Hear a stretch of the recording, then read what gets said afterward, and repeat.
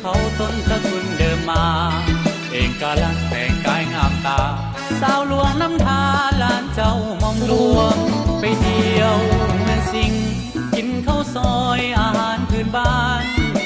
สาวเมืองสิงห์ดูมันขยันตำหูเข็นฝ่ายลงพวงพบน้องบุญนาถเสียงตึงไอโตตะลึงยืนทรงงงง่วง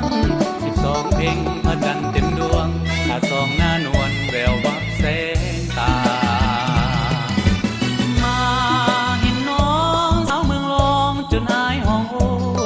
เก็บเกี่ยวสาลีหมากหมูบัดวงทรงโตคือสาวเผ่าอาคาเสียงโกบคุยคุ้มสุมสร้างขัวมิตรภาพลาวเมียนมาน้ำลองตกตาต้นพาเป็นเพื่อนไฟฟ้าสว่างสวัยโอ้เรียนผู้ค้าเมืองเดิมดาผู้ค้าหญ้าไต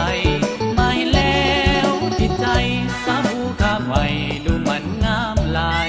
น้องปลูกต้นยางพาราขายเป็นสินค้าทวีรายได้บ่ทานีกดคนส่งขายพอมาอยู่ไกลเป็นเคยเบียงผู้ค้ายามเมืองวีละสนนาแลอย่าลืมแวะบ้านพาหูทำน้ำกรูดถึงเขตผู้ดอยหลายสุดบ้านลาวสาวพูดอยู่เรียบน้ำทาสามัคคีห่วมเผ่าดีแท้สาวนาแลอ่อนหวานวาจาเสียดายให้มาหอดลาบ่ทันตกกาดำทงนาแล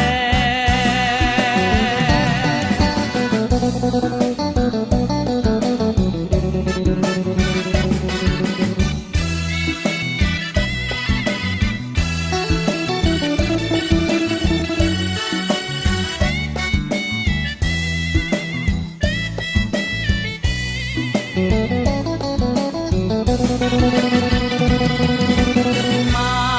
เห็นน้องสาวเมืองรองจนอายห้องโอเก็บเกี่ยวสาลีหมากหมูบัดวงทรงโตคือสาวเผ่าอาคาเสียงโกบคุยคุ้มสุมสร้างขัวมิตรภาพลาวเมียนมาน้ำลองตกตาต้นพาเป็นเพื่อนไฟฟ้าสว่างสวัยโอ้เรียนผู้ค้าเมืองเดิมดาผู้ค้าหญ้าไตมาเห็นแล้วติดใจสาวผู้ค้าไว้ดูมันงามลายน้องปลูกต้นยางพาราขายเป็นสินค้าทวีรายได้บ่ทานีกดคนส่งขายพอมาอยู่ไกลเป็นเคยเบียงผู้ค้ายามเมืองวีละสน